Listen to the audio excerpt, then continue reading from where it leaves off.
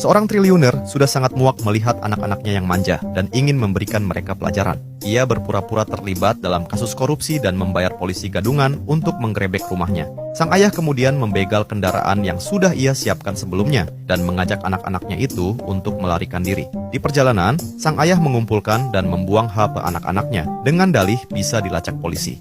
Dia melakukan hal ini karena ia yakin bahwa saat ia meninggal, semua warisan yang ia berikan akan habis dalam sekejap mata.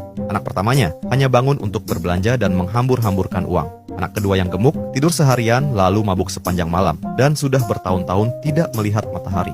Putra ketiga yang paling parah, ia memiliki ketertarikan khusus pada wanita yang sudah tua. Ia bahkan pernah meniduri istri dan anak seorang dosen secara bersamaan yang membuat ayahnya hampir terkena serangan jantung. Sekarang, melihat raut wajah anak-anaknya yang panik, sang ayah sedikit merasa bahagia. Mereka pergi ke sebuah kota kecil yang terlihat kumuh, menyaksikan orang berkelahi dan mencuri untuk bertahan hidup. Melihat ini, seketika langsung membuat wajah ketiga anak manja itu menjadi pucat. Mereka akhirnya sampai di sebuah rumah kumuh yang hampir roboh. Mereka hampir pingsan saat sang ayah bilang bahwa ini akan menjadi rumah baru mereka. Namun itu baru permulaan. Melihat roti tawar yang membuat mereka mual, namun pilihannya hanya makan atau mati kelaparan. Sang ayah berkata, jika mereka ingin makanan yang layak, maka carilah pekerjaan. Dan seperti anak manja pada umumnya, mereka tidak dapat menahan betapa kerasnya dunia pekerjaan. Anak ketiga mencoba berbincang-bincang dengan para tukang, mencoba mencuri makanan mereka.